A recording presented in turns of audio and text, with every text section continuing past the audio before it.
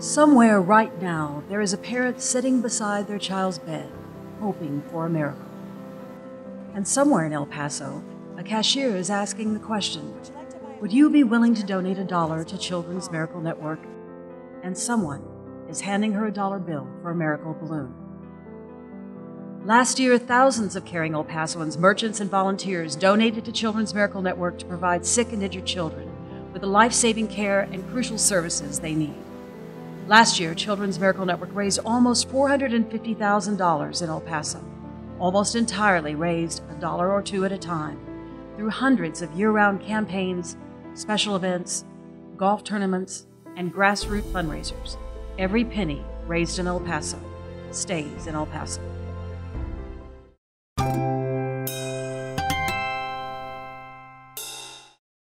Children's Miracle Network is a great charitable organization. When we got the balloons at the store and we got them out of the boxes, and as soon as we start talking to our people, we got excited. It helps your local children's hospital. It means taking care of our children here in El Paso, here locally. It means saving a life. We know it's one balloon that we sell, it's one more dollar we're going to be helping the organization, CMN. Would you like to help us out by donating a Children's Miracle Balloon? Yes, I was actually at university quite a few times within the past couple of years for kidney problems. This past February I had my kidney taken out. So, and at university, and I didn't have insurance, and they did everything they could to help me out. So it's, like I said, it's just my way of giving back to them. I'm 100% true about everything I say about it. I let them know what the program is, what it offers the children. Would you like to help us by donating a miracle balloon? And all the money that we make stays in our local El Paso hospital. It's only $1. In a quick brief statement, and I let them know it's only $1, and by that $1 they can make a difference in somebody else's physical care. They initiate the motivation. I just instill it in them, and they know my customer, and they know how to talk to them and how to tell them and how to sell these balloons. To see the facilities, to see the doctors and how committed they are to the children of El Paso was inspiring me. I think it's really important for our community. All of the funds obviously stay in our community. I think that's incredibly important for people to know, to give that message.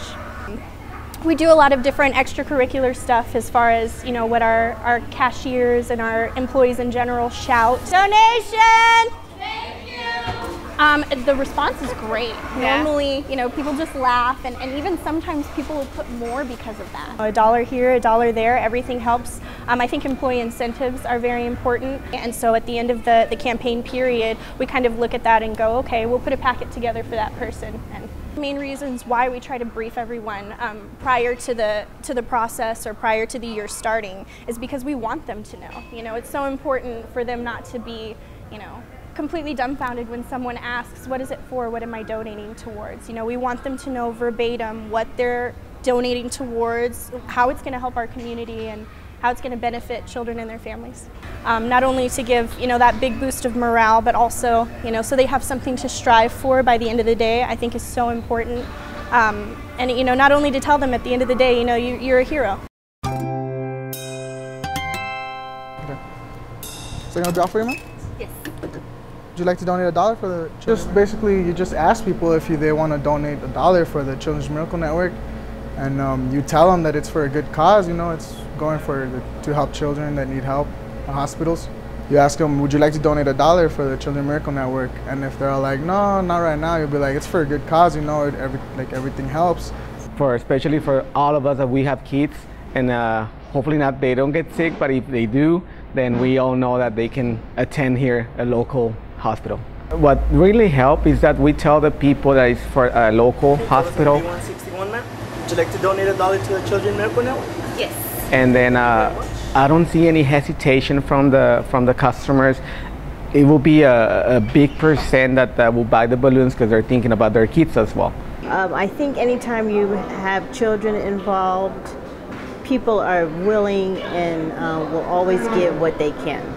We have a little in-house rivalry competition among the units, and they just, you know, like to see if they can beat out the reigning unit. So we just like to make it fun, and they know that it's for the children just as much as we do.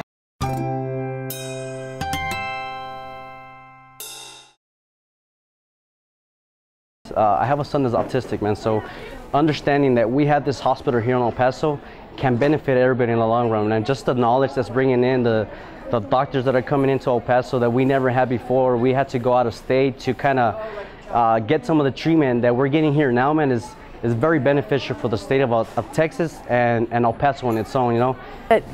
Sick and injured children need as much as we possibly can so that they have that same opportunity to grow up and have a good childhood. We talk it up a lot. Everybody, you just have to have everybody on board so that the customers feel like they're being part of something big. Would you like to give a donation to the Children's Miracle Network Hospital? Just in general, man, if you look at the way the associates interact with the customers and letting them know the reasons why we're doing the fundraising, I think that's where the customers kind of engage it more, and they were a big part of the fundraising here in El Paso.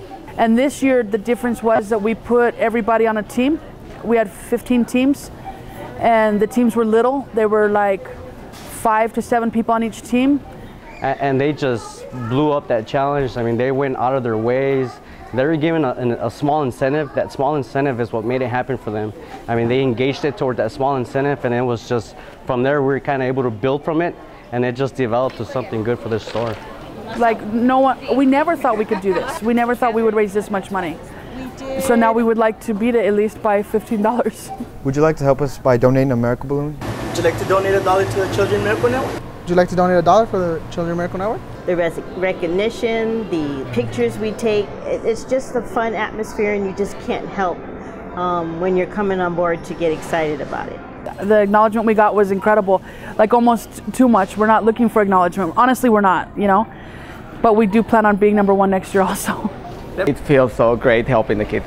To know that, you know, you're kind of a hero in a sense, again, to kids and their families, it feels incredibly good. It makes me feel good to sell. It makes me feel I'm selling for a reason. I'm raising the money for them so they can get the equipment they need, they can get the care they need, the physicians. I go home feeling better about myself. To the whole community, it should mean pride. It should mean pride in our kids, taking care of our kids, and nurturing them for the future.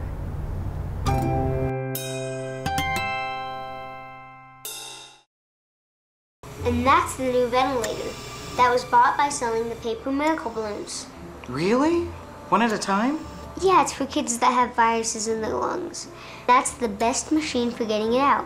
It cost 40,000 balloons. It cost X amount of balloons to get these goggles for these kids.